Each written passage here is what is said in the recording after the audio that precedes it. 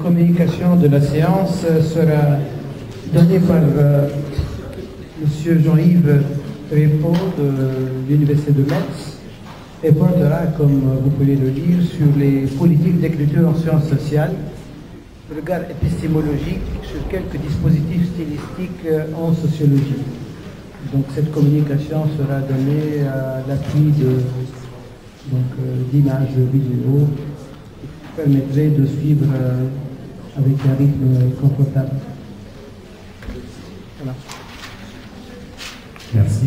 Je vais à mon tour remercier les organisateurs de m'avoir invité à participer à ce moment. Et aussi intéressant seront les conférences, autant je considère que le plus important, c'est quand même ce qui va se passer dans le fait que vous soyez réunis, que vous puissiez vous parler, que vous puissiez, en dehors de ce que nous essaierons de vous prescrire, de vous débrouiller tout seul. Deuxième chose, je veux dire que ce qui est là est à votre disposition si vous voulez le copier, l'exploiter, le piller, sans même citer le nom. C'est une position de principe. Bien. Donc vous avez titre et raison sociale, je ne vais pas en dire plus. On passe tout de suite à la suivante. Voici, j'espère que ça prendra toute la diapositive. Voici ce que je vous propose. Donc, à partir d'un livre que j'ai écrit récemment, j'ai pris quelques cas pour essayer de revenir sur des moments que tout le monde vit de l'écriture. Le moment où on doit s'occuper du travail des références. On est, je ne prendrai pas le temps de définir, mais on est dans l'hypertexte. Circulation des références. Je rappelle ce que disait Montaigne, nous ne faisons que nous entregloser. Deuxième cas, on parlera du paratexte, c'est-à-dire ce qui a l'air d'être à côté de l'essentiel, les marges, toute une série de choses, parmi lesquelles, bien entendu, la manière de choisir les titres. Là-dessus, je reviendrai. Troisième exemple que je prendrai, sur la manière dont nous agençons les concepts dans notre travail. Et là, j'ai choisi un exemple qui est celui des typologies. Et on vient à l'instant même encore d'en parler des typologies. Et enfin, mon préféré, et pourtant c'est à la fin, donc il y a des chances que ça subisse quelques érosions temporelles. Mes préférés, c'est évidemment les guillemets. Alors je précise tout de suite que je ne parle pas ici des guillemets qui servent à introduire la citation de quelqu'un, mais je parle des guillemets qui font. Vous savez qu'on fait comme ça. Quand on parle, on fait. C'est cela, c'est cela le plus intéressant. Alors, tout ça, ça se situe dans ce que j'appelle une politique d'écriture. Je vais essayer de définir ce que j'entends par là. Donc, moi, je commence tout de suite par ce que j'ai à dire d'essentiel, et après, si j'ai le temps, je terminerai par ce que je propose aux doctorants de faire. Alors, je ne lirai jamais les titres en jaune, ça soit bien clair. Je me contente de ce qui est en blanc. Alors, je prétends qu'un style d'écriture, c'est une politique. Ce sont des politiques. Et parfois, elles sont explicites, mais assez rarement. En tout cas, elles ne sont pas écrites à l'intention du lecteur. Et en réalité, ça consiste à essayer de résoudre un certain nombre de contraintes. Et, bon, évidemment, ces politiques sont faites précisément, ce sont des algorithmes en quelque sorte pour y arriver à y résoudre, mais il y a des difficultés. Parfois, la charge de contrôle est trop difficile. Fin de thèse, j'ai plus le temps, je viens juste d'apprendre qu'il y a un nouveau membre du jury que je n'ai pas cité dans la thèse. Bon, c'est difficile et il passe des singularités. Évidemment, ces singularités-là sont très intéressantes. Soit parce qu'au moment où j'écris la thèse, il y a un débat en cours, et que j'ai peut-être pas eu le temps de me situer, et puis voilà, ça me prend un peu par-dessus. Sans compter que, évidemment, et on vient en parler à l'instant même à propos de l'histoire, il y a tous les bruits du monde qui rentrent dans la thèse, et quelquefois sont filtrés, quelquefois ils ne sont pas. Tout ça Comment en rendre compte? Alors, je vais proposer une opposition entre une dimension politique d'écriture qui est un algorithme, c'est-à-dire une façon qu'on a de construire de façon résolue, continue et assez régulière, une façon d'écrire, que j'appelle le stylos, chakam qui veut dire la colonne en grec, et qui est une espèce de, on pourrait dire, le précipité, ou le présidu, choisissez le mot qui vous déplaira le moins, le précipité de tout un ensemble de choses qu'on a apprises au cours de la socialisation scientifique, laquelle ne s'est pas terminée au moment où on fait la thèse, puisqu'elle continue après. Et je dirais même, quand je regarde ce qu'était mon dossier quand je suis devenu enseignant, et ce qui est aujourd'hui le dossier qui est demandé à un enseignant-chercheur, j'ai peur. J'ai peur parce que je n'aurais jamais été recruté. Donc la socialisation scientifique n'est pas terminée. Donc ça, c'est une dimension que j'appelle le stylos, la dimension algorithmique, c'est-à-dire ce qui permet à quelqu'un d'avoir en quelque sorte une façon de faire. Moi, c'est comme ça que je fais. Et puis, à côté de moi, c'est comme ça que je fais. Il y a la deuxième dimension, que j'appelle la dimension heuristique. Alors, heuristique n'est pas prise ici au sens original qui consiste à l'art d'inventer, mais heuristique au sens de quelque chose que j'arrive à mettre en place sans pouvoir toujours le conceptualiser. Et on pourrait dire que finalement, un algorithme, c'est quoi? C'est une heuristique qui a réussi. C'est une heuristique qui a réussi à s'équiper. Eh bien, cette opposition entre le style qu'on a en quelque sorte équilibré et le style qu'on a réussi à bricoler plus ou moins, cette opposition, elle pourrait être complétée selon moi entre l'opposition que faisait Nietzsche entre l'apollinien et le dionysain, entre ce qui est de l'ordre de la régularité ordonnée et ce qui est de l'ordre du débordement, ce qui est l'ordre de ce qui déborde. Pour mettre ça en œuvre, je prendrai un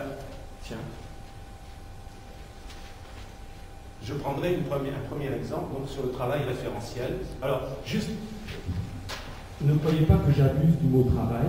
Véritablement, c'est un travail. Non pas seulement parce qu'il faut chercher les références, c'est déjà un travail, mais les références, elles travaillent le texte aussi. Je n'ai pas le temps de le démontrer, mais je vous assure que c'est quelque chose de très intéressant de voir comment une référence, elle soulève le texte, elle pétrit.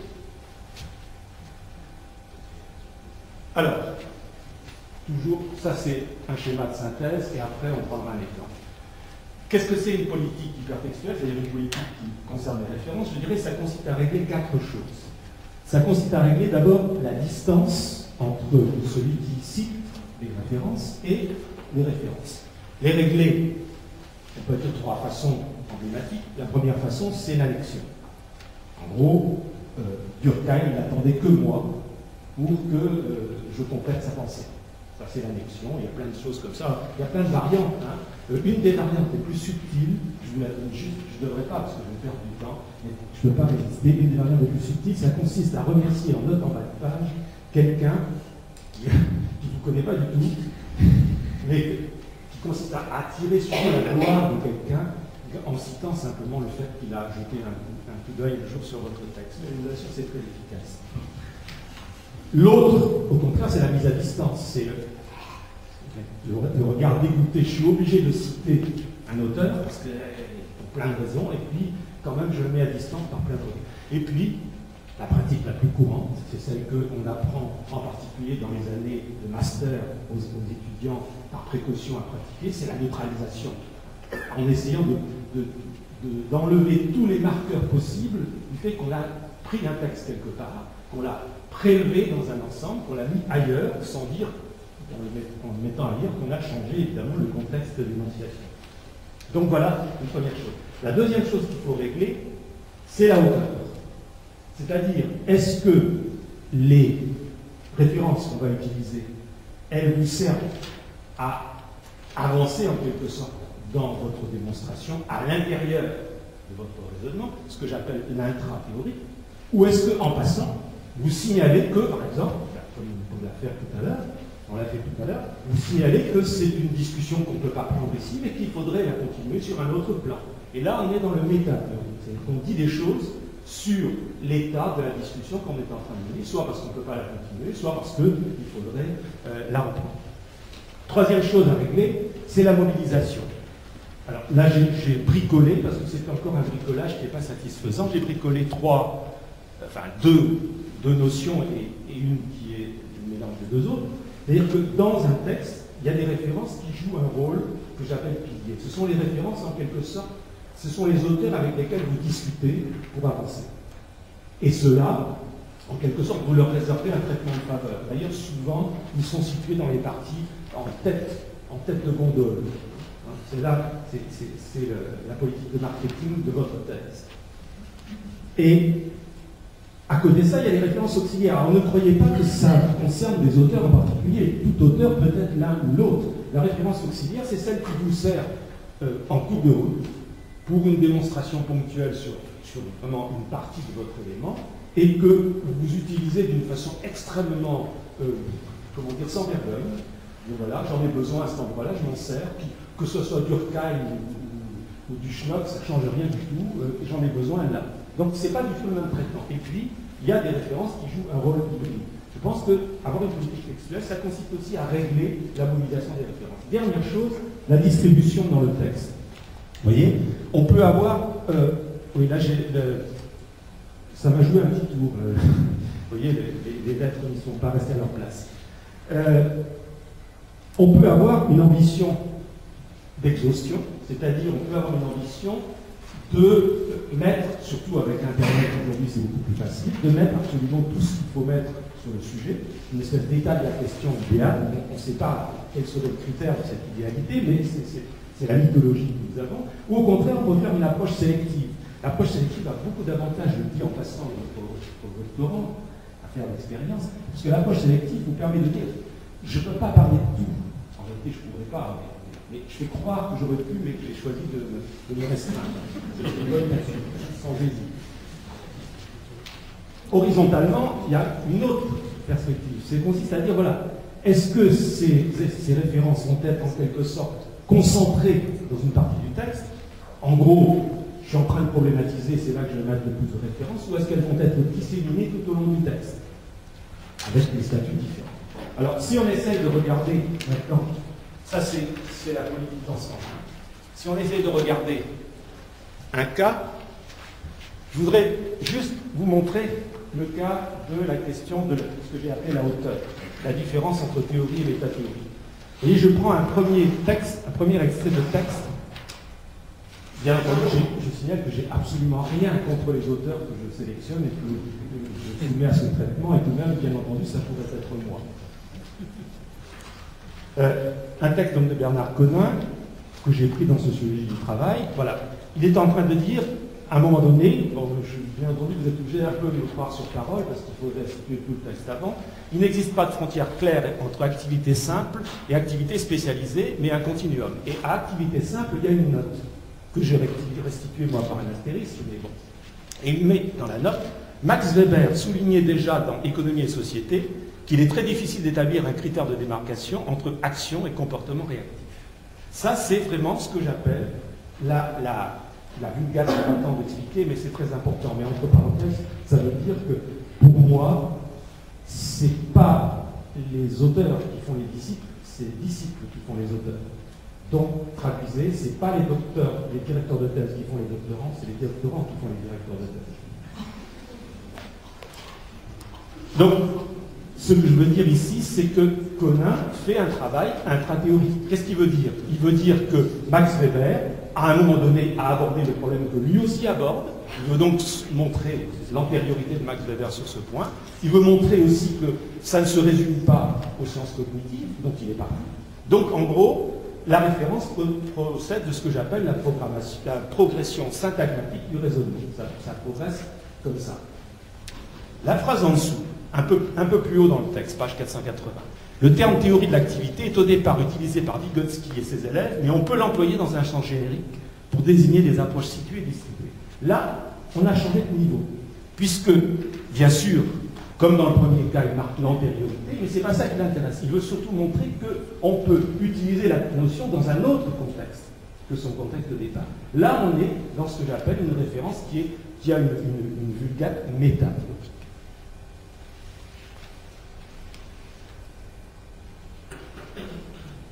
Alors, je vais passer un peu plus rapidement là-dessus, mais en gros, je voulais aborder la question du modèle culturel. Est-ce que si on regarde comment pratiquent les anglophones, je dis anglophones parce que on dit anglo-saxon souvent, mais il y a longtemps que j'ai pas vu de saxon, donc je préfère dire anglophone. En gros, quand on regarde les publications francophones, alors vous allez avoir un tableau magnifique, après on verra ce que je dis, les références sont plutôt sélectives et plutôt disséminées. Les francophones, ils sèment à tout vent des références en nombre finalement limité. Les travaux anglophones ont plutôt une visée exhaustive et elles sont plutôt concentrées. Et évidemment, je pose la question à laquelle je ne réponds pas, comment le comprendre? Vous voyez juste un petit tableau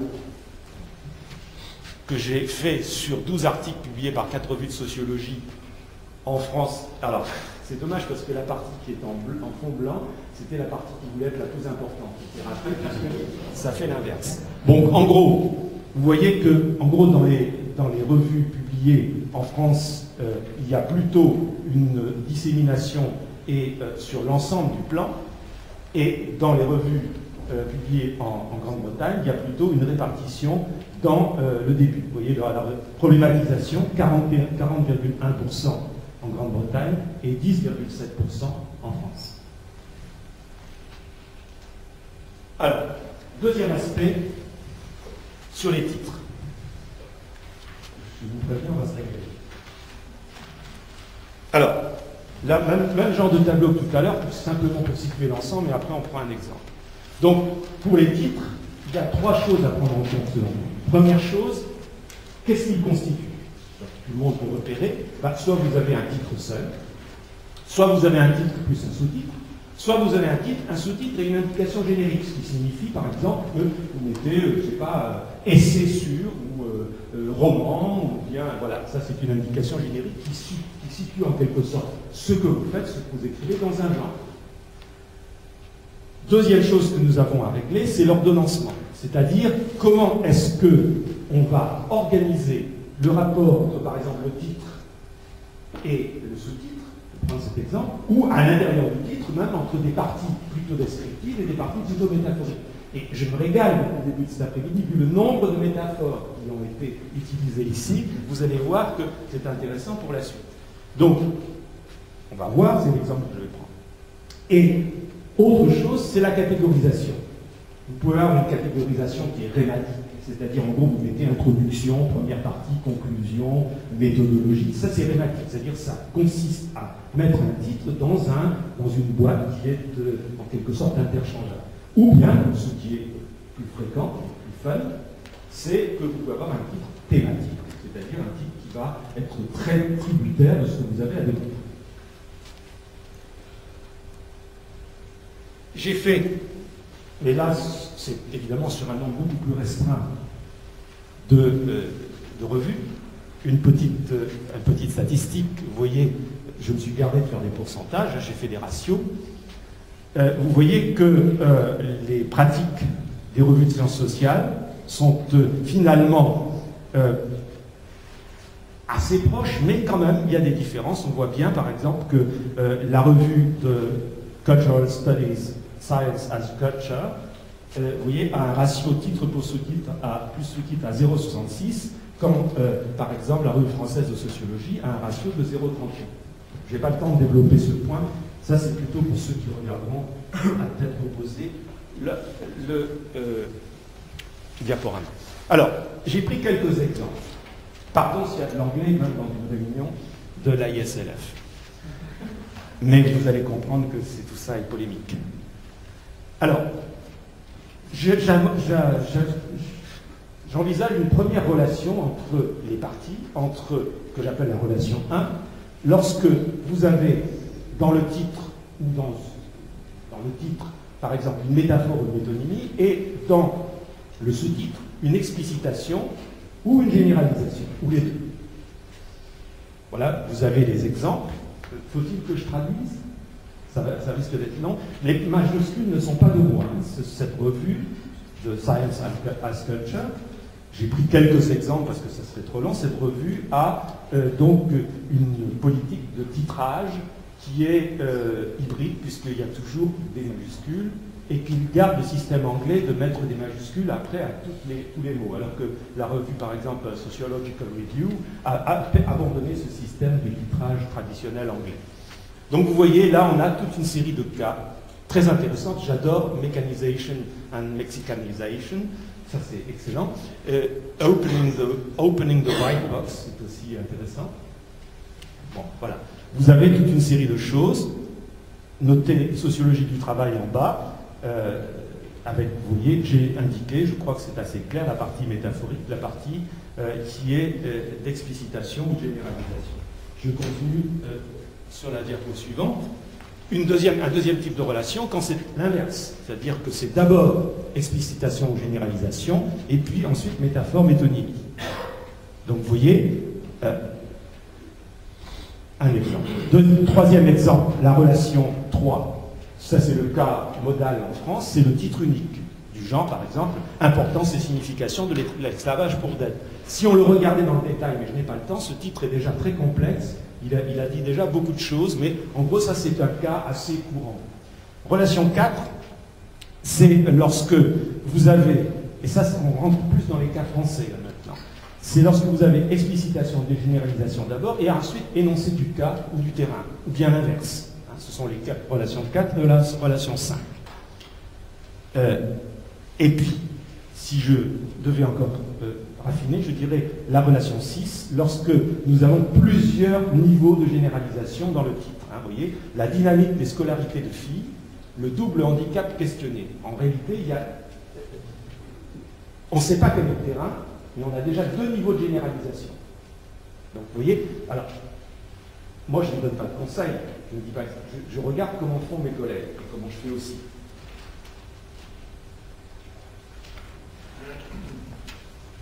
Troisième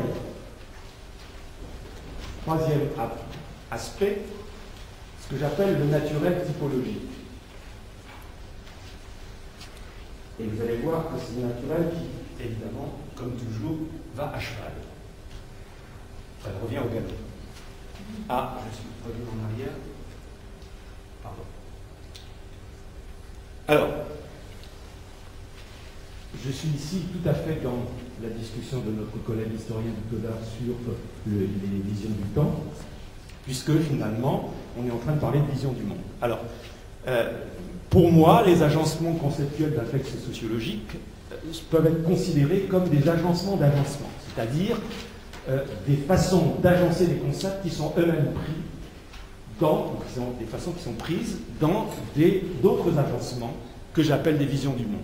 Et pour analyser ce qu'est une vision du monde, qui est un concept un peu négligé, un peu abandonné par nous parce qu'on a l'impression que ça nous relance au 19e siècle avec la querelle de l'historicisme, à la fin du 19e. En réalité, c'est plus intéressant. Je propose 2 ressources pour les analyser. Une qui se trouve chez Bourdieu. Pour Bourdieu, qui utilise beaucoup la notion de vision du monde, mais il n'explicite que rarement ce qu'il entend par là. Ce que j'ai trouvé, c'est finalement une vision du monde, c'est une division accusatoire du monde. En gros, la vision du monde d'un groupe social, c'est l'accusation de la vision du monde du groupe social opposé ou dont il se distingue. Et il utilise beaucoup les termes grecs accusé publiquement, categoristyle. Et donc voilà, ça me semble être intéressant. La deuxième ressource, c'est celle qui est proposée par quelqu'un qui fait un grand ami, grand disciple de Jean Piaget, qui est Léo Apostel, qui lui a fondé un groupe à l'université, à la Freie Universität de Bruxelles, pour indiquer qu'on travaille sur les visions du monde. Alors, il propose 7 catégorisations, moi je les ai ramenées à 2 pour simplifier. En gros, une vision du monde, c'est une vision de la temporalité, comment on comprend avant, maintenant, après, donc ça nous ramène à tout à l'heure, est une vision aussi d'éléments non temporels qui sont les valeurs, la conception de l'action et la conception de la vérité. Alors, quand on est en train de regarder un texte de sciences sociales, quand on est en train de l'écrire, comment est-ce qu'on peut mobiliser une conception des visions du monde qui sont intéressantes? Je propose ces façons de voir. Par exemple, et encore une fois on revient sur notre collègue de tout à l'heure, quand on regarde la manière dont les sociologues vont penser, vont écrire la transition des sociétés. On revient à l'exemple de tout à l'heure, et on va penser par exemple que des gens vont dire bah, nous sommes dans la modernité, d'autres vont dire la modernité tardive, la modernité radicale, l'hypermodernité, d'autres encore, mais la question c'est comment est-ce qu'on fait la coupure de ces notions, comment est-ce qu'on les pense. Donc pensez la transition. Pensez l'analyse des données. Hein, ça a l'air tellement simple, je choisis plutôt l'analyse factorielle des correspondances ou je choisis les régressions logistiques. Eh bien, si on regarde les visions du monde qui sont prises dans ces deux techniques statistiques ou d'analyse des données, on s'aperçoit que ce n'est pas du tout les mêmes. Que l'analyse factorielle des correspondances est une vision du monde, on pourrait dire, géométrique, qui est préoccupée par la proximité, alors que les régressions logistiques, c'est une vision du monde, on pourrait dire, algébrique, proposée par, intéressée par les relations de causalité de proximité. De la même façon, les typologies, et c'est l'exemple que je vais prendre dans ce qui suit, les typologies sont intéressantes aussi parce que, au fond, on a plein de conceptions des typologies, mais on les explicite rarement. On dit qu'on va faire une typologie, on dit ce qu'il va y avoir comme type, mais on dit rarement ce qu'il y a dedans. Et je vous propose de regarder ça de plus près, en laissant de côté tout le reste, pourtant on éviterait simplement des commentaires. Donc, vous voyez, quand on observe les visions du monde en sciences sociales, mais finalement on pourrait se passer de ce schéma parce qu'on vient pratiquement de l'expliciter. Une vision du monde, ça propose une vision de l'événementialité. Par exemple, on revient encore sur l'exemple de tout à l'heure, est-ce que les événements se succèdent en termes de structure, par exemple par des étapes? Donnez-moi un exemple, eh bien voilà, vous êtes supposé, vous avez fini votre thèse, vous n'avez pas encore été recruté, vous cherchez un boulot, il y a une municipalité qui vous demande d'évaluer une politique publique, et bien vous demandez d'évaluer des stades, parce que sa conception de la commande va être une conception de l'événementialité fondamentalement comme une structure. Et vous pouvez dire, ben non, moi ce qui m'intéresse c'est d'évaluer le processus, c'est d'évaluer les choses qui sont en mouvement, et ce n'est pas la même conception, ou peut avoir une conception mixte. Deuxième chose que la vision du monde comporte, c'est une vision du monde des interactions. Je viens de le laisser entendre tout à l'heure à propos des techniques d'analyse de données, mais la vision du monde des interactions comme action à distance ou comme action par contact, c'est pas la même chose. Vous voyez, par exemple, si vous dites tout se négocie à Bruxelles dans la politique européenne, vous avez une conception plutôt de l'action à distance. C'est-à-dire, en gros, il y a toute une série de médiations, mais en gros, de loin, ça marche. Et si vous dites, bien voilà, aujourd'hui nous vivons dans un monde où il n'y a que des consultants, là vous avez une vision plutôt de l'action par contact, parce que vous avez en quelque sorte la présentation du contact qui produit l'événement. Alors, c'est pas indifférent d'avoir ces conceptions. C'est pas grave si on fait un article de journaliste, si je me permets bien pas dans ça, ça va. Donc, mais c'est peut-être plus grave si on laisse passer ça et pour la sociologie. Pareil pour la continuité spatio-temporelle. Est-ce qu'elle est continuiste, discontinuiste, binaire, pluraliste? Je donne juste un exemple, si le président me dit encore un peu de temps. Donc, j'ai dit que je ne commentais pas les plus grands jaunes, mais j'ai du mal. Alors, les typologies sont-elles des passagers clandestins de l'argument sociologique? Bien, je prends deux exemples. Un exemple qui pourrait être plutôt un exemple, on va dire, d'allure fonctionnaliste, même si, évidemment, si l'auteur entendait dire ça, il serait furieux. Le modèle de la transaction identitaire chez Claude Dubar. Il nous dit, dans un article, c'est toujours plus intéressant d'aller regarder dans les articles que dans les bouquins, dans un article de la Revue française de sociologie, bien avant la publication de son livre, il dit, voilà, transactions biographiques et transactions relationnelles sont à la fois hétérogènes et nécessairement articulées entre elles. Dimensions différentes du social, mais l'issue de chacune dépend de l'autre. Donc voilà, en gros, il nous dit, voilà, il y a deux types de transactions, et elles sont articulées, d'où il y a 4 moments, hein, du modèle tétrachorique. Mais évidemment, il ne nous dit pas, et pourtant c'est un auteur qui est très soucieux d'expliciter ses choix théoriques, il ne nous dit pas pourquoi c'est mieux de le faire avec 4 morceaux que de le faire en millefeuille ou en spirale. Métaphore, certes, mais qui servent. Donc, ça pose la question, la typologie repose sur une conception implicite en 4.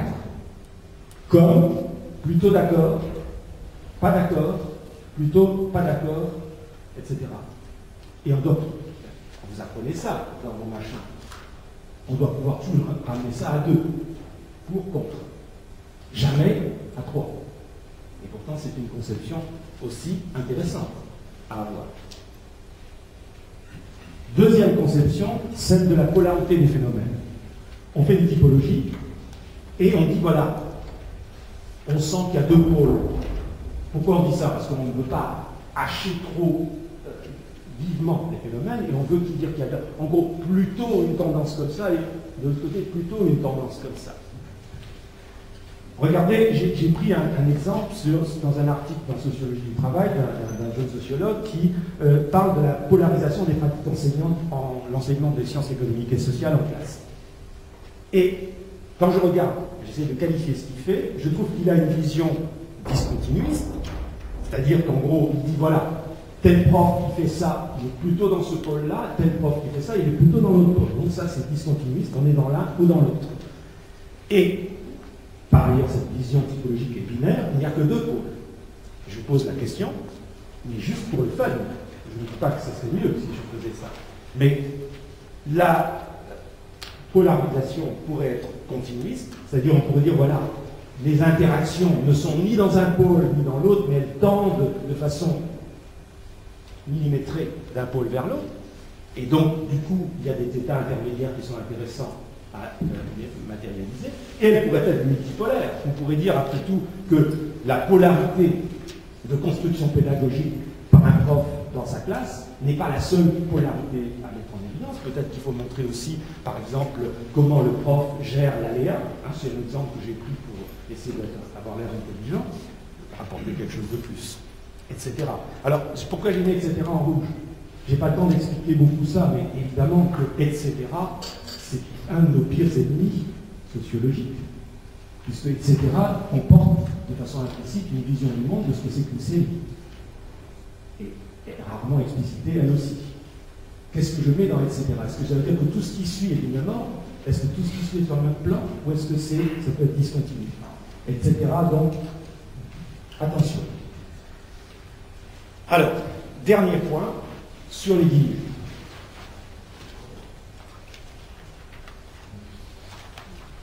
Alors, je prends 2 exemples.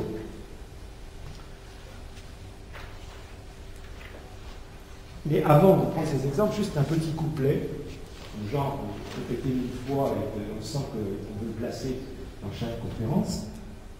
Le petit couplet sur le fait que, donc j'ai dit que je peux parler des guillemets qui ne sont pas les guillemets de citation, mais tous les autres, mais c'est une pratique qui est extrêmement répandue, qui parfois rend des services quand on est un peu pressé, ou que la revue dans laquelle on travaille nous donne un nombre de caractères qui est ridiculement petit par rapport à tout ce qu'on aurait à dire. Et donc, du coup, il y a des choses qu'on ne va pas expliciter, qu'on va mettre entre guillemets. Ça peut être lourd de conséquences, ce type de choses. Regardez 2 exemples d'usage de guillemets. Le premier, ce que j'appelle une prudence rare. Donc, c'est un article sur les classes moyennes. Je cite, « Les guillemets sont mis ici pour rappeler que la traduction de middle classes par classe moyenne est approximative, car l'histoire de cette terminologie est différente dans les 2 pays. Dans le langage courant, le terme middle classes évoque plutôt les couches aisées. » On va dire, voilà, prudence, je mets des guillemets, je dis que je mets des guillemets, je dis pourquoi je mets des guillemets, et en gros, voilà, normalement ça doit suffire. Le deuxième exemple, je dis prudence trop prudente. Un texte de François Dubé. Donc, regardez le titre de l'article. Donc, c'est un article sur les trappes à inactivité dans le cadre de l'RMI. C'est un article très technique dans lequel la question de l'incitation ou de la désincitation est extrêmement fondamentale. Or, j'ai bien vérifié en lisant et relisant l'article, le terme désincitatif est pris ici. Donc, ils disent, si nous écrivons désincitatif entre guillemets, c'est pour souligner le fait que si l'on dispose de méthodes permettant d'apprécier l'incitation financière possible d'un retour à l'emploi, les mêmes méthodes ne mesurent en aucun cas les effets désincitatifs, puisqu'elles ne tiennent pas compte, entre autres, etc. Donc, en gros, ils nous ont expliqué pourquoi ils ont mis guillemets, mais ils ne nous disent pas ce qu'on doit faire avec ça. Est-ce que du coup, il faut employer un autre mot à la place? qu'on doit l'employer faute de mieux? Moi, je pense que ça fait problème. Je pense que ce silence fait problème. Pas chez ces auteurs-là, j'ai rien contre eux, encore une fois. Oui, voilà. Là, j'ai essayé de résumer sur un schéma toute une série de fonctions que peuvent remplir les guillemets. Je ne vais pas les détailler, mais si vous voulez, en gros, la conception pédagogique du guillemet, c'est par exemple la conception diastratique, c'est quand vous changez de niveau de langue, donc vous employez un mot familier, vous le mettez entre guillemets. La conception diachronique, vous employez un mot qui est désuet, qui est passé, etc., ou un mot qui est emprunté à un vocabulaire d'une autre époque, diachronique, diatopique, vous changez de langue, par exemple. Là, vous mettez entre guillemets un terme anglais. Il a une fonction autonome, c'est l'une de celles que nous employons le plus souvent, c'est que nous utilisons un néologisme, nous le mettons entre guillemets, et nous rappelons cette mise entre guillemets à d'autres endroits en réutilisant les guillemets. Mais ils n'ont pas de fonction de mise à distance. Évidemment, ceux que je préfère, c'est les deux du bas, c'est mes ennemis préférés. C'est les guillemets défensifs, c'est-à-dire en gros, j'emploie, mais avec des pincettes, et donc je dis que c'est des pincettes, mais j'oublie en général de le rappeler au fur et à mesure. Donc au bout d'un moment, le lecteur peut se poser la question. Et surtout, le guillemet polémique. J'ai analysé, je vous en fais grâce, j'ai analysé dans plusieurs articles patiemment tous les guillemets utilisés. Et il y a des textes qui sont littéralement envahis de guillemets. Et j'ai fait un exercice que je vous conseille. Essayez de remplacer à chaque fois guillemets par soi-disant. Le texte devient absolument illisible.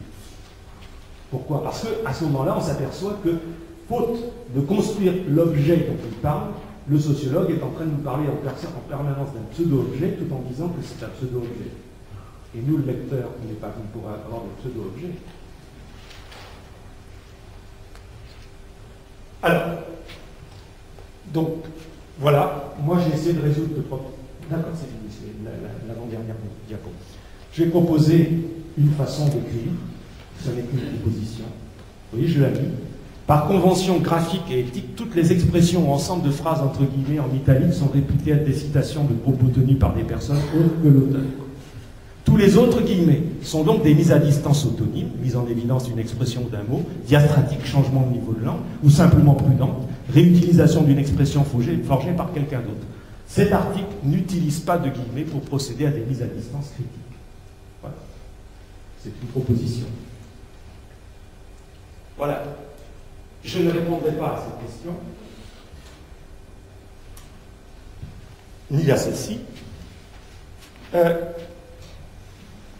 Moi, je propose aux doctorants de réfléchir sur cohérence et cohésion, audace et innovation.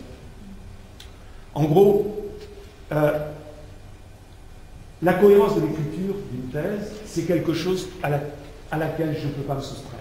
Je suis obligé de faire la démonstration que tout le mouvement que je restitue par ma thèse a une cohérence qui est peut-être discutable, mais justement pour pouvoir être discutable, il faut qu'il y ait une cohérence. Et en ce sens, je participe à un débat qui me dépasse, que je sois de telle école ou de telle école. Et la cohésion, c'est autre chose. C'est la veille que j'exerce, moi, à l'intérieur de la cohérence, sur la liaison qui existe entre les différents éléments. Et celle-là, je vous demande de la défendre mordicus, de ne pas vous laisser attaquer sur la cohésion. La cohésion, c'est votre part de liberté, si je puis dire, dans l'écriture. C'est ce qu'on pourrait dire une convention d'écriture locale, par opposition à une convention d'écriture globale. Alors, la question, c'est, un doctorant peut-il se permettre d'avoir de l'audace en écrivant? Je vous laisse le soin d'imaginer, ne serait-ce que par exemple, faut-il dire je, faut-il dire nous, je ne réponds pas ici à cette question, bien que j'ai fait un certain nombre de sondages statistiques aussi dans les revues pour voir comment on pratiquait. En gros, ma conclusion est profondément conventionnelle et classique. L'audace ne garantit pas l'innovation, c'est clair.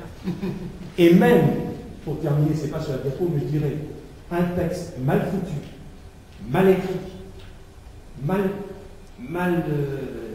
illustré, peut convaincre 10 fois mieux qu'un texte impeccable, lustré jusqu'à la dernière virgule, mais dans lequel il n'y a rien. Merci.